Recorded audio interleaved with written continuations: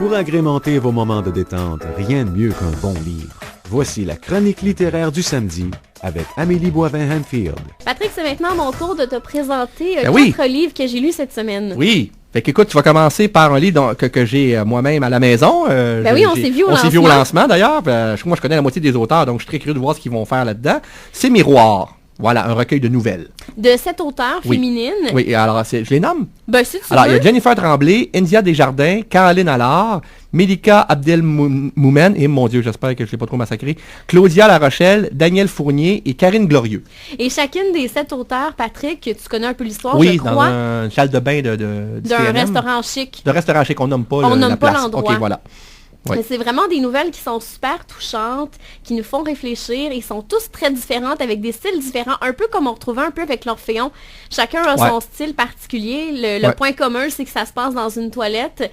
Et moi, je te dirais que ma nouvelle préférée du recueil, c'est celle d'India Desjardins. Ah, tiens, elle va être contente. Oui, et c'est peut-être parce que moi et India, on a pas mal le même âge. Elle est un petit peu plus vieille que moi, mais elle parle justement du deuil de la maternité parce que pendant une longue période, son personnage principal est à la recherche du père idéal et finalement, elle ne l'a pas trouvé. Et là, il est trop tard pour qu'elle ait un enfant. Ah oui, hein. Et ça fait vraiment réfléchir sur les filles qui, sans arrêt, sont à la conquête de trouver le bonhomme avant d'avoir des enfants et finalement passent tout droit. Ah oui, ça doit être assez touchant, effectivement. Une belle nouvelle. Et je ne raconterai pas toutes les histoires parce qu'il faut le lire. Il faut avoir le plaisir de lire les histoires de chacune des auteurs, mais il n'y a pas nécessairement de lien. Il n'y a pas nécessairement de lien entre les nouvelles. Un peu comme dans l'Orphéon, il y a certains personnages, comme par exemple dans une des nouvelles, les gens qui sont assis à la table parlent d'un couple. Il y a un homme en chaise roulante qui est avec une jeune femme et là... C'est rien dans notre nouvelle, ça. C'est ça. Là, après, on découvre c'est qui cet homme-là qui est en chaise roulante par le regard de la femme qui est avec lui à la table. OK. Alors, c'est le fun parce qu'il y a des petits liens entre chacune. C'est une initiative de Karine la dernière auteure, Karine Glorieux. Oui. On allait dire Lacroix, mais c'est Glorieux. Oui. C'est l'idée de Karine d'avoir fait ce recueil. Oui, exact. Ensuite, la limace d'Élise Gravel, avec une couverture d'une limace qui nous dit salut. C'est un livre pour enfants, oui, c'est un beau petit livre pour les enfants pour connaître davantage sur les limaces. Alors, c'est un beau livre ludique. On apprend plein de choses sur les limaces. Ça fait partie de la collection Les Petits Dégoûtants. On nous avait présenté le verre à l'automne dernier. Et Patrick, est-ce que tu savais que les limaces respirent par un trou qui est situé sur le côté de leur corps, du côté droit? Non, j'avoue que ma culture limacienne est assez limitée. Non, mais c'est intéressant, c'est super ludique, c'est très coloré. Et comme par exemple, les limaces, un peu comme les vers, possèdent l'organe reproducteur mâle et femelle. Les deux? Oui, ça, les vers, je le savais effectivement. Mais les limaces aussi. Bon. Ça simplifie les choses, hein? Oui, alors, c'est ça, fait qu'ils ont juste besoin d'en trouver un autre. C'est ça, peu importe qui. C'est bon, ça.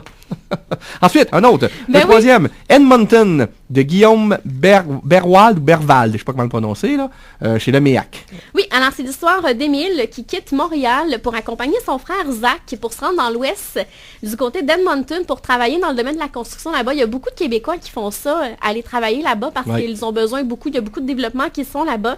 Alors, il laisse sa copine à Montréal et elle s'appelle Alice. Il va tenter de se retrouver et aussi de s'éloigner des attentes que les gens ont envers lui. Et malheureusement, ça se passera pas très très bien là-bas.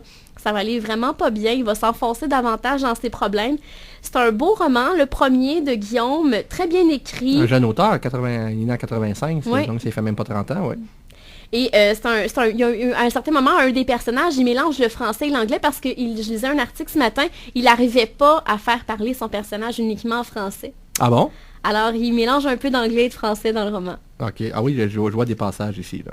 Mais c'est quelqu'un qui n'est pas super bon en anglais peut se débrouiller quand même. Oui, okay, sans problème. Voilà. Alors, Edmonton de Guillaume Berwald. Et finalement, je ne sais pas comment prononcer le nom de cet auteur-là, Joe Soares, j'imagine. C'est un portugais, donc je ressors mon accent portugais. Oui, Joe Soares. Et Meurtre et autres sucreries chez Urtubise. Oui, c'est une histoire qui se passe du côté de Rio de Janeiro, avant la Seconde Guerre mondiale. Et il y a un tueur en série qui fait des siennes et il s'attaque à des grosses femmes, vraiment des très grosses femmes. Et il va les tuer, mais d'une manière très particulière. Il va les tuer en les gavant de pâtisserie portugaise. Mon Dieu. Ça m'intéresse, ça, moi. C'est assez loufoque. OK, ça se prend pas au sérieux. Ben non, c'est de l'humour noir. C'est de l'humour là. noir, c'est ça. C'est bien fait, puis en même temps, on a un suspense. Et ça me faisait un peu penser des fois à Malface à certains moments. Ah oui? Bon, et l'enquête est confiée au commissaire Noronda qui reçoit l'aide d'un ancien policier qui maintenant s'est lancé dans la pâtisserie. Alors, il est propriétaire d'une pâtisserie. Et il va un peu expliquer à l'enquêteur c'est quoi ces pâtisseries portugaises là que le tueur a utilisées pour tuer ces femmes-là. Il y a des petits dessins à la fin des chapitres, c'est drôle. Oui, c'est rigolo. Bon. Et c'est vraiment absurde comme roman, mais c'est le fun. Ce que j'ai moins aimé là-dedans, c'est le niveau de la traduction. Parce qu'à certains moments, il y a des phrases en portugais, des phrases en espagnol. Et moi, j'aurais aimé avoir des notes en bas de page pour m'aider à comprendre. Ben voyons, tu parles pas le portugais, oui? Ben non. Je suis très déçu. Je suis très déçu. Ben, peut-être qu'un jour, je parlerai... Je fais des blagues, hein, moi non plus. Mais non, mais c'est ça, c'est vraiment très intéressant comme roman, très différent, très humoristique. Ben, je vais retenir ça. Ben, merci Patrick, on se reparle déjà pour la conclusion de l'émission dans les prochains instants.